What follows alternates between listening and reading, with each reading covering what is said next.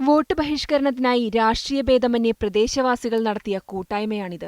കുടിവെള്ളം ഉറപ്പു തന്നില്ലെങ്കിൽ പ്രചാരണത്തിന് എത്തുന്ന സ്ഥാനാർത്ഥികളെ ഇവിടെ കാലുകുത്താൻ അനുവദിക്കേണ്ടെന്നാണ് ഇവരുടെ തീരുമാനം. കുട്ടനാട് കൈനകരി പഞ്ചായത്തിന്റെ അതിർത്തി പ്രദേശങ്ങളായ പള്ളാതുരുത്തി, കുപ്പപ്പുറം, പനക്കച്ചിറ എന്നിവിടങ്ങളിൽ കുടിവെള്ളം എത്തിയിട്ട് വർഷങ്ങളായി. വേനൽക്കാലത്ത് കായൽ വെള്ളത്തിലെ ഉപ്പിന്റെ സാന്നിധ്യം വർദ്ധിക്കുക കൂടി ചെയ്യുമ്പോൾ സ്ഥിതി കൂടുതൽ വഷളാകും.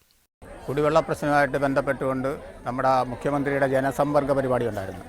ആ ജനസമ്പർക്ക പരിപാടിയിൽ നമ്മൾ അപേക്ഷ കൊടുത്ത് ഈ കൈനകരി പഞ്ചായത്തിലെ പ്രത്യേകിച്ച് 15-1 വാർഡുകളിലെ കുടിവെള്ള പ്രശ്നത്തിന് പരിഹാരം കാണണമെന്ന് ആവശ്യപ്പെടും. അതുപോലെ തന്നെ യാത്രാ സൗകര്യം.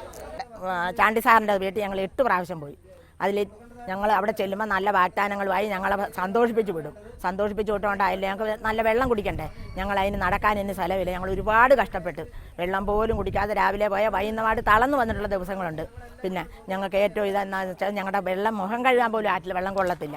കേവ് വള്ളങ്ങളിൽ രാവിലെ റേഷൻ കണക്കെ എത്തിക്കുന്ന വെള്ളമാണ് ഇവർക്ക് ആശ്രയം. വള്ളത്തിലെത്തിക്കുന്ന വെള്ളം ഉപയോഗശൂന്യമാണെന്നും ഇവർക്ക് ആരോപണമുണ്ട്. കായൽ വെള്ളമാണ് മുഖ്യ ആശ്രയം. മാലിന്യങ്ങളുടെയും മാരകരോഗങ്ങളുടെയും വാഹകയായ കായൽ വെള്ളം സൃഷ്ടിക്കുന്ന ആരോഗ്യ പ്രശ്നങ്ങളും ചെറുതല്ല. മീഡിയ 1 ആലപ്പുഴ.